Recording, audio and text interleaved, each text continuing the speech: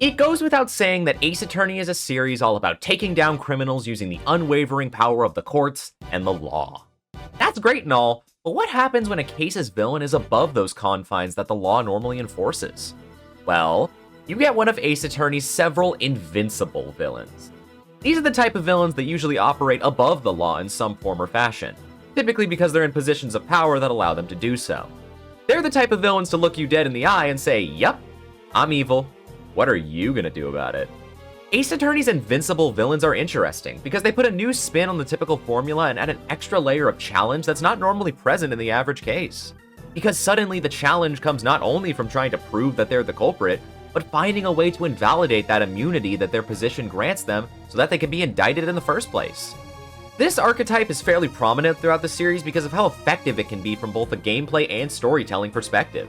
And for this video, I've managed to isolate the 6 most notable invincible villains in the Ace Attorney series and split them into 3 different groups. And today, I'm going to go through them and analyze them in order to find out how to make an invincible villain threatening, how to make them frustrating, and how to make them a legendary villain worth remembering. Let's get started.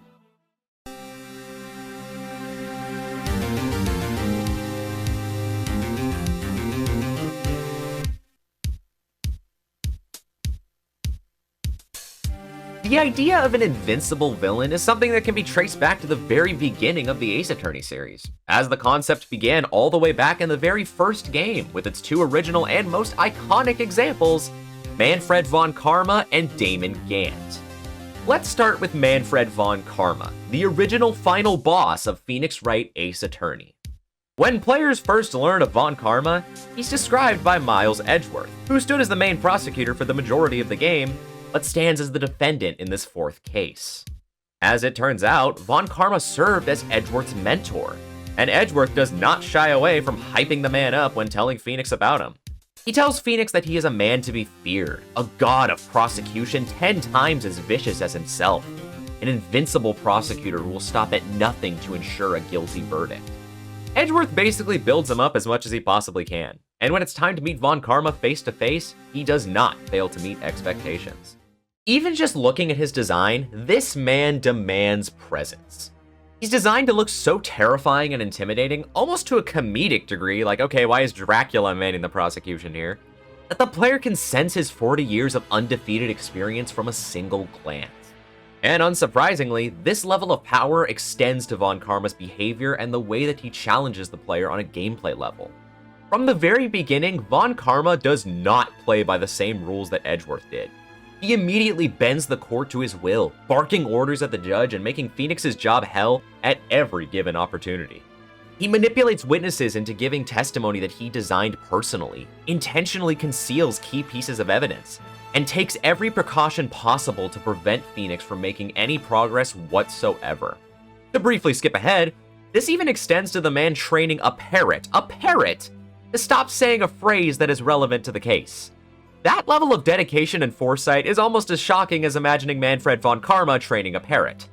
To make a long story short, he cheats, openly, and there's nothing the player can do about it. Manfred von Karma frequently breaks the rules with no remorse, really making him a step up in difficulty from Edgeworth. The game is taking the player's training wheels off and testing to see if they can take down a prosecutor who is quite literally playing a different game than them, which makes for a really easy adversary to hate and a very engaging challenge to overcome. This is best highlighted when Phoenix and Maya run into Von Karma in the records room after deducing that he was the one responsible for orchestrating the murder in this case. Despite the fact that Phoenix shoves damning evidence right into his face, he's so confident, so unfazed, so ugly, that he's positive he can and will get away with it. He makes zero effort to conceal his crimes to Phoenix and instead opts to tase him and steal the damning evidence right off of him. More than any other scene, this really serves to show Manfred von Karma's ability to break the rules as he sees fit. He is completely and utterly unstoppable at first glance, which makes it all the more satisfying to find that one chink in his otherwise impenetrable armor. While Von Karma was not directly responsible for the current case, he was responsible for the DL6 incident, the most infamous incident in the entire franchise, and the incident that caused Edgeworth to lose his father. To be honest, Von Karma very nearly committed the perfect crime.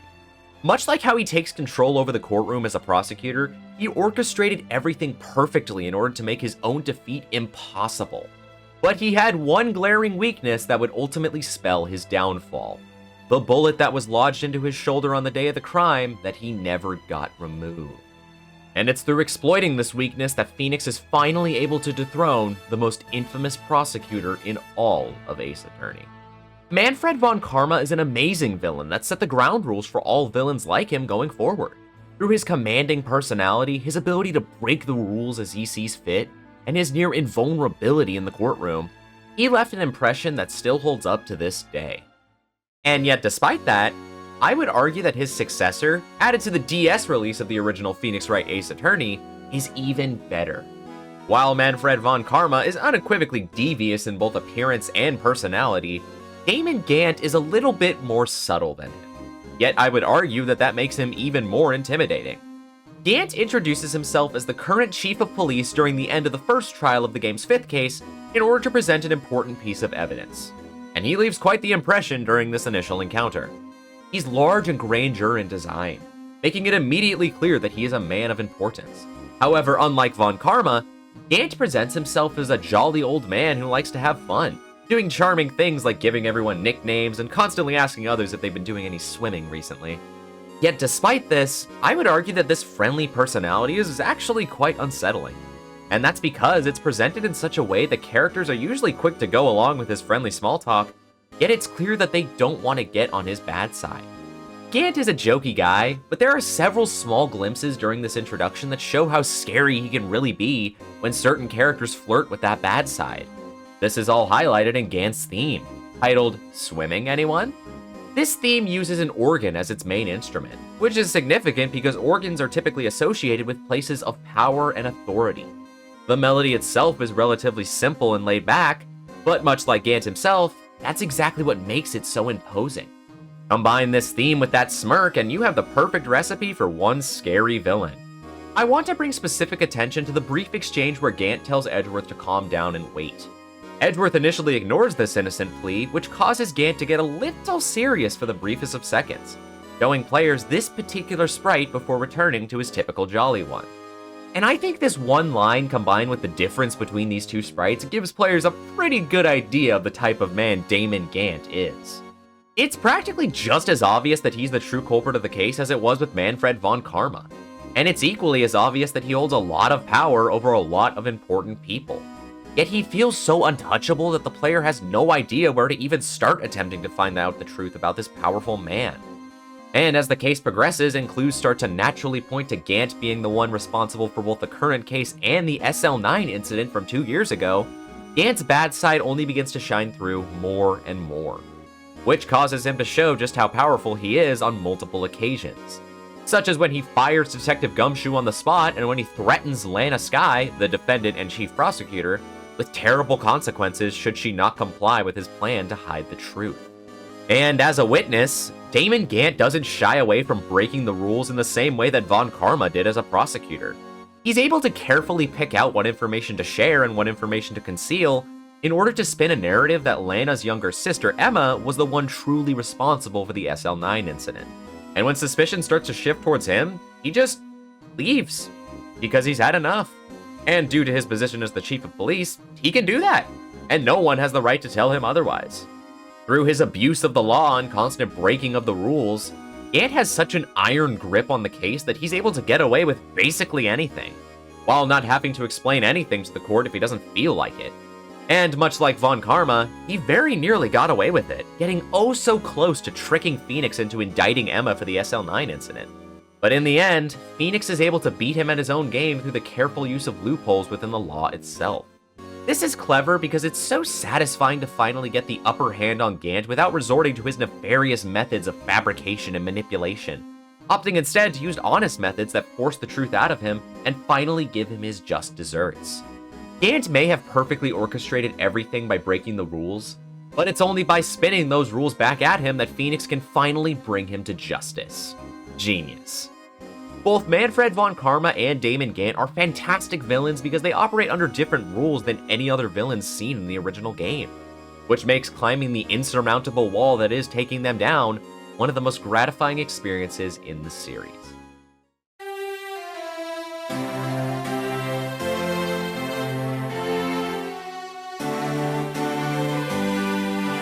Despite the fact that the original Phoenix Wright Ace Attorney came out the gate swinging with very strong examples of invincible villains, no future villains would really be able to come close to the levels that they reached until the investigation games, as both the first and second game introduced yet another powerful villain to add to the list, those being Kirkus Alba and Excelsius Winter. Let's start with Kirkus Alba from the first investigations game. Kirkus Alba starts out as a frail old man who's prone to self-deprecation. But it's not long before he's labeled as the true culprit of the final case, causing him to reveal his true form. A hardened war veteran who wields the power to surpass the law as an ambassador of Alabast. Given his status, Alba is a major step up from his predecessors. As the ambassador of an entire country, Alba is strong and imposing in both appearance and demeanor. This is signified by his theme, the enemy that surpasses the law, which uses powerful horns to showcase his political status and raw strength. Kirkus Alba has all of the makings of a legendary final villain because he raises the stakes higher than they ever have been before. But, as anyone that's played Ace Attorney Investigation knows, there's one major flaw, or to be more specific, a phrase, a concept that will chill even the most seasoned Ace Attorney veterans to their bones. I am of course talking about extraterritorial rights. When I said that Kirkus Alba was a powerful foe that surpasses the law, I wasn't joking. The extraterritorial rights that he gains from being an ambassador of Alabast makes him immune to almost all of the accusations being thrown his way. He's a near impenetrable wall, and that just so happens to be his biggest flaw. And that's because it takes far longer to defeat Alba than it does any other Ace Attorney villain in the series. So long that it becomes more frustrating than engaging. He's constantly changing the rules due to his oh-so-powerful extraterritorial rights, which is a fun challenge at first, but when you're battling against him for 2 to 4 hours, it starts to lose its charm very fast. This is most apparent when the player finds that all hope is lost and a character has to come in at the last second to save the day. This is a common trope in the series that's usually reserved for the very end of a case, but in Kirkus Alba's case, it happens a grand total of 7 times. First from Polino, then Kay Faraday, then Shilong Lang, then Gumshoe, then Larry and Oldbag, then Oldbag again, then a random forensics guy, and by this point even the game is aware of how ridiculous this is. Kirkus Alba is a nearly invincible villain, but the game unfortunately plays up that invincibility so much that it's more of a joke than anything else by the end of the case. You know you've made a mistake when most players are breathing a sigh of relief that it's over, as opposed to celebrating their victory when he finally does crack. While he is a step up from his predecessors in many ways, he fails to be fun and engaging from a gameplay perspective in the same way that his predecessors did, meaning that he ultimately fails to be an effective villain. Thankfully, Alba's counterpart from the second investigations game, Excelsius Winter, is a vast improvement in practically every way, which can seem surprising at first glance because he's significantly less powerful than Alba on paper. As the chairman of the Committee for Prosecutorial Excellence, Excelsius immediately demands presence, demonstrated by the characters around him immediately giving him their respect in spite of his quite frankly jerkish personality. This is also immediately signified by his theme, titled Committee for Prosecutorial Excellence, Stone Cold Justice, which isn't as loud as Alba's theme, but is equally as commanding. Excelsius is quick to degrade and insult those around him, clearly aware of the position he's in. He takes joy in putting others in their place and saying outright rude things to those that he knows can't fight back. It's almost like it's all a fun game to him and he's just toying around with a bunch of puppets. The way he degrades his son in particular is a real testament to the type of man he is. While he lacks Alba's level of status, Excelsius raises the stakes far more than he ever did by propelling the story forward using his power to put Edgeworth and crew into dire situations. Upon making his entrance, he immediately takes control of the case and leaves little to no room for argument, causing Edgeworth to forfeit his badge and get incarcerated shortly after for assisting the accused. Shortly after, Excelsius visits Edgeworth in his cell seemingly for the sole purpose of mocking him. During this exchange, he tells Edgeworth all about how he has the power to create his own truth and put those who oppose him in their place, even going as far as to make them disappear should he see fit. This carefree way of expressing how he has the power to commit terrible crimes with no drawbacks is terrifying, and is a testament to how invincible Excelsius Winter truly is. What makes things even scarier is that even after Edgeworth is able to overcome the odds and prove that Excelsius was the culprit in the case, he's still not down for good. Because even after that, he still uses his influence to manipulate the trial of one of his partners in crime. To quote him directly, "What counts as truth out in the field and in the courtroom are two different things." This is the first and only time that an Ace Attorney villain returns to cause a ruckus even after he's incarcerated. And if that isn't a terrifying display of power and influence, then I don't know what is. Excelsius Winter isn't quite as strong as Kirkus Alba, but the way that he uses his authority to bend the rules of both investigations and trials makes him a truly intimidating threat that is oh so satisfying to finally humble.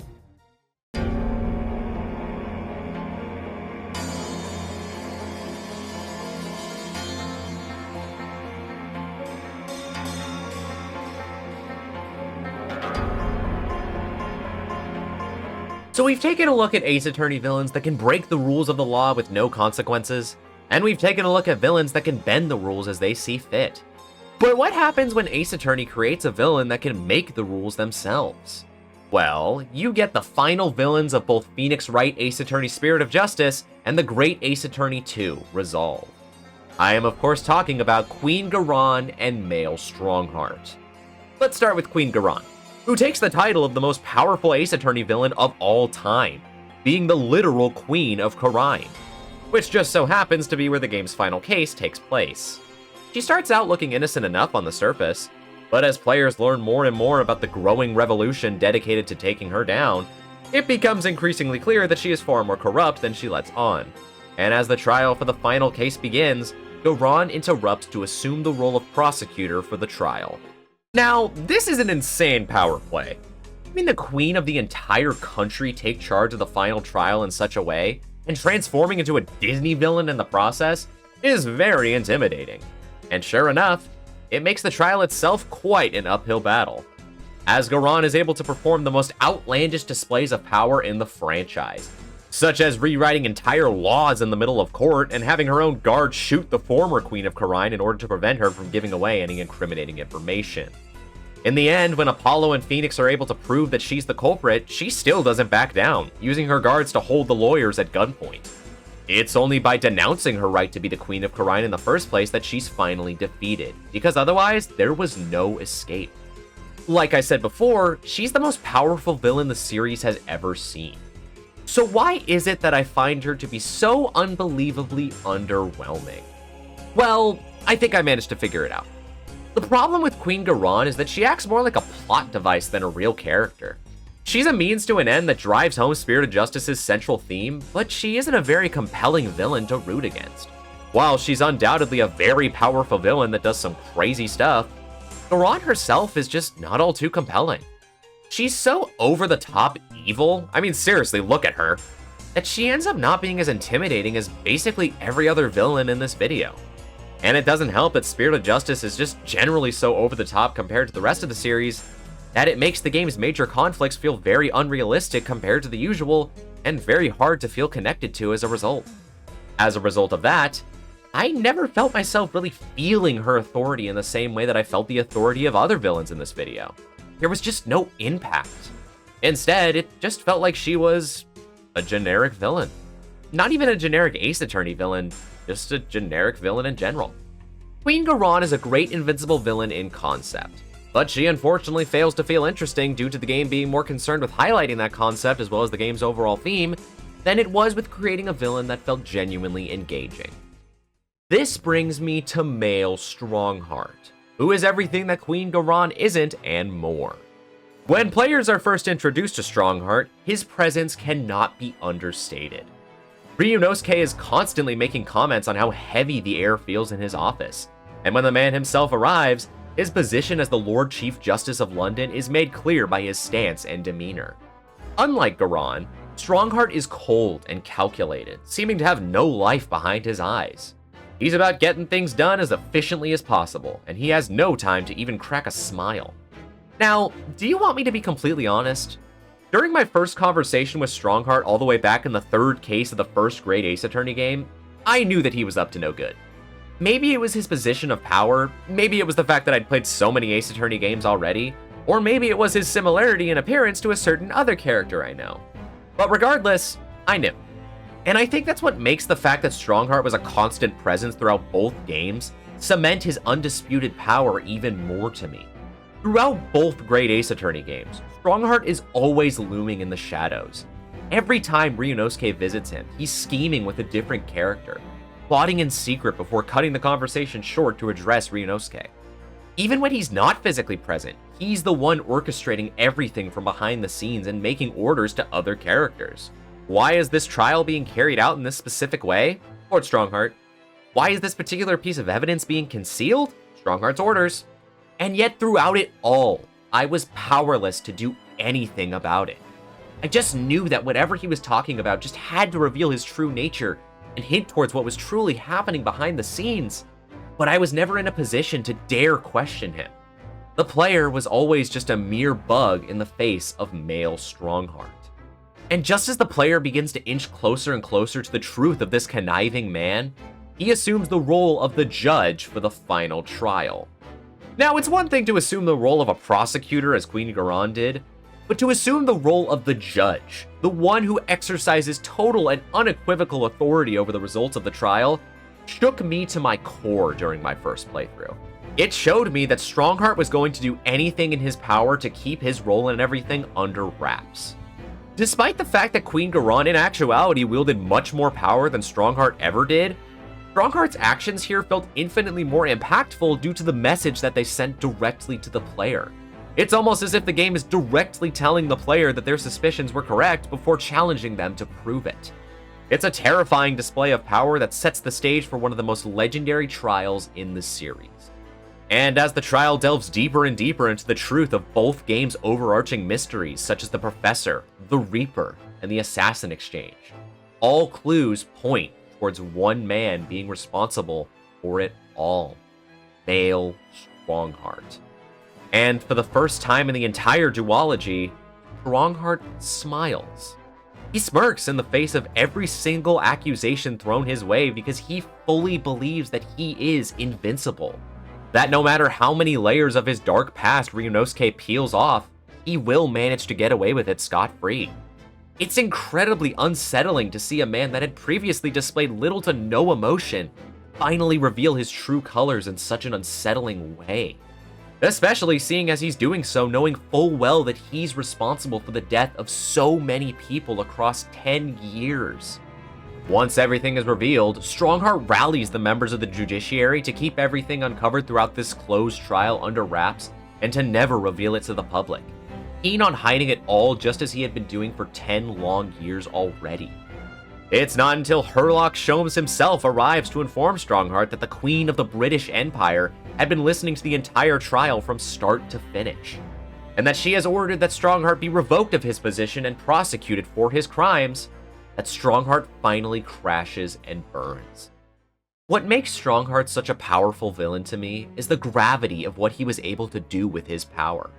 More than any other villain in this video, Male Strongheart is a monster who used his power to commit more atrocities than I can even count. Thankfully, someone else counted for me. He was responsible for the death of 19 different individuals during his time as the mastermind behind both the Professor and the Reaper, and he did it all for his own selfish gain. Granted, that has been a trend with all the villains in this video, being selfishly, unequivocally evil, leaving no room for empathy from the player. But the gravity of Strongheart's crimes make him feel so unbelievably despicable that he leaves a greater impact than any that came before him. When I look at Male Strongheart burnt to a crisp on the witness stand, finally confessing to his crimes after 10 whole years, I can see the lives that were lost in his endless pursuit for power. I see the members of the aristocracy that he forced Clint Van Zieks to savagely murder.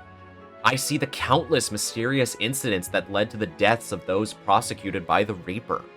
And I see two men who only wanted the best for their country, dead, betrayed by the very man that they took orders from. Every single one of them slaughtered under Lord Strongheart's orders. It feels Melancholy, really. To finally, after 10 long years, finally put a stop to his reign, but only after uncovering how diabolical he truly is, and realizing how many lives were lost for us to get here. Hey, thanks for watching the video! Be sure to let me know who your favorite Invincible Ace Attorney villain is down in the comments below. And while you're down there, consider hitting the subscribe button for more deep dives into all things Ace Attorney. For now though, that's all from me. Take care of yourselves.